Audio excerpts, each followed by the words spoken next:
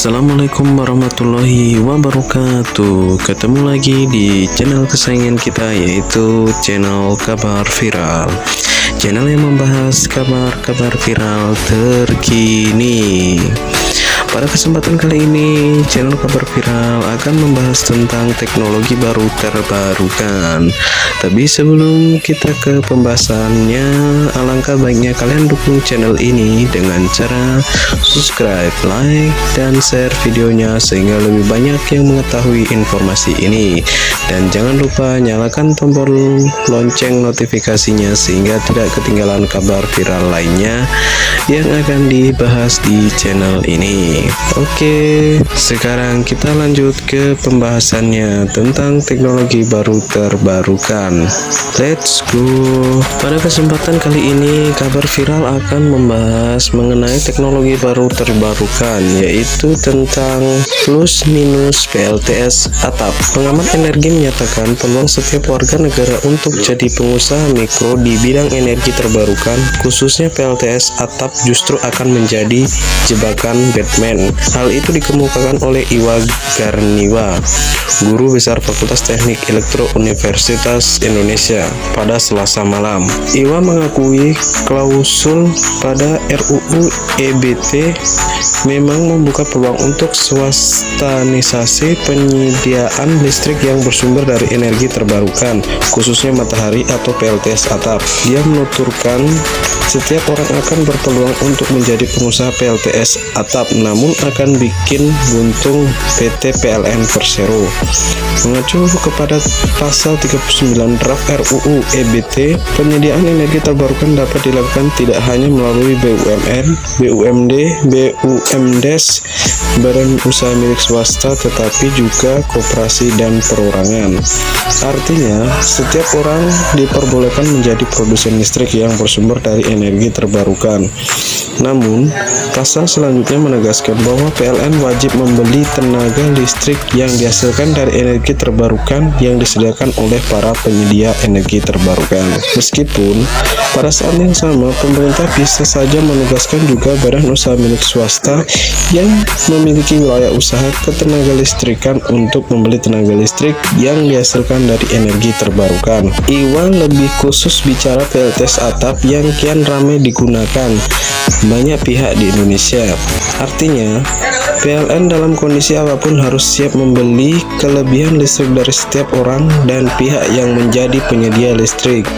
Jadi PLN harus beli ini atau kelebihan listrik ini harus berhati-hati, apalagi kondisi sekarang PLN sedang kelebihan suplai terutama di Pulau Jawa dan mulai kelebihan suplai juga di Sumatera. Di satu sisi dia over capacity, satu sisi harus beli. Ini berbahaya sebetulnya dan menjadi jebakan Batman untuk PLN, kata Iwa ketika dihubungi. Menurutnya, kondisi itu menjadi berbahaya bagi PLN sekaligus menjadi dilema bagi masa depan industri energi. Pasalnya, baik untuk menjadi pembeli listrik maupun penyedia listrik, PLN harus mengeluarkan dana. Misalnya, saya punya 4 kW. Rumah saya hanya pakai 2 kW dan saya punya kelebihan 2 kW yang dijual ke PLN. Ya, yang untung saya, yang buntung PLN, paparnya. Dengan kondisi penggunaan solar panel yang bakal lebih masif oleh warga, lanjut Iwa, akan mengakibatkan biaya pokok produksi PLN dapat menjadi lebih tinggi. Dia mencontohkan sebuah rumah memasang PLTS atap dengan kebutuhan rata-rata listrik harian sebesar 1000 Watt atau 1 kWh listrik, sementara PLTS atap yang terpasang mampu menangkap hingga 3 kWh listrik. Pada kondisi yang ideal atau berlimpah matahari, alat itu mampu menangkap 3 kWh, jauh melebihi jumlah energi listrik yang dibutuhkan. Kelebihan 2 kWh tersebut dapat saja dijual ke PLN, katanya. Rektor Institut Teknologi ITB PLN ini menambahkan bahwa kendati ada potensi bisnis bagi perorangan yang memasang PLTS atap, tetapi pada implementasinya akan penuh tantangan. Pasalnya, iklim Indonesia yang tropis dan wilayah geografisnya yang dikelilingi oleh lautan menyebabkan langit di Indonesia lebih cenderung berawan dibandingkan dengan langit wilayah lainnya, seperti di wilayah subtropis. Artinya, relatif sulit mengklaim bahwa energi matahari Indonesia lebih berlimpah dibandingkan di negara subtropis yang sangat jarang berselimutkan awan. Donald, salah satu pengguna dan pemasang PLTS atap di Jakarta, mengakui bahwa biaya investasi awal yang perlu dikeluarkan untuk memasang solar panel memang tidak murah. Pria yang sudah mulai menggunakan solar panel sejak 2 tahun terakhir ini mengaku bahkan memilih memburu komponen-komponen bekas demi menyiasati biaya tinggi tersebut.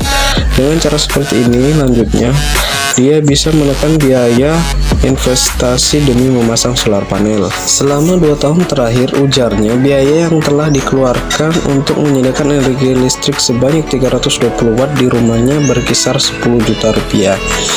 Kalau saya pakai alat-alat yang semuanya baru dan untuk memenuhi kapasitas listrik yang lebih besar, biayanya bisa jauh lebih bengkak. Namun demikian, dia mengakui bahwa memasang PLTS atap di rumah dapat menjadi kepuasan tersendiri. Selain karena ramah lingkungan, aktivitas ini ternyata dapat menjadi hobi yang menyenangkan. Iwa Karniwa menilai bahwa pemerintah sebetulnya terjebak pada janji untuk penggunaan energi terbarukan hingga 23% pada tahun 2025. Seolah-olah yang mau digenjot adalah solar cell atau energi matahari. Padahal energi matahari ini menghadapi tipikal problem seperti yang sudah saya sampaikan sebelumnya. Selain fokus mengejar pengembangan energi matahari untuk pembangkit listrik, pemerintah dapat melakukan sejumlah hal yang lebih mungkin untuk didorong. Salah satunya yakni mulai melakukan co-firing atau peralihan penggunaan energi batubara ke energi biomas. Saat ini sebanyak 60% pembangkit listrik di Indonesia menggunakan batubara. Nah, batubaranya sebagian kita ganti. Ada bahasanya co-firing. Jadi 90% batubara, 10% biomas. Kan renewable energi biomas itu. Sampah pun termasuk kategori renewable energi, itu sampah biomas dikonversi menjadi batubara, dicampurlah. Dengan strategi seperti itu, lanjutnya ada pengurangan penggunaan batubara hingga 10%. Coba hitung, kebutuhan batubara di Indonesia sekitar 120 juta, berarti kalau diganti dengan biomas bisa mencapai 12 juta ton, turun tuh menjadi hanya sekitar 100 juta ton. Itu berarti kontribusi renewable energi masuk di pembangkit batubaranya turun. Mungkin itu saja yang dapat dibahas pada kesempatan kali ini di channel Kabar Viral mengenai energi baru terbarukan, khususnya membahas mengenai plus minus PLTS atap. Semoga informasi ini dapat membantu siapa saja yang ingin menggunakan PLTS ataupun sudah menggunakan PLTS.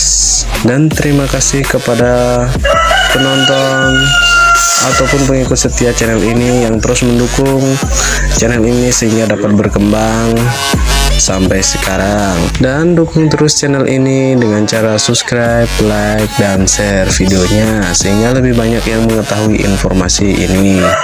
Dan jangan lupa nyalakan tombol lonceng notifikasinya sehingga tidak ketinggalan kabar viral lainnya.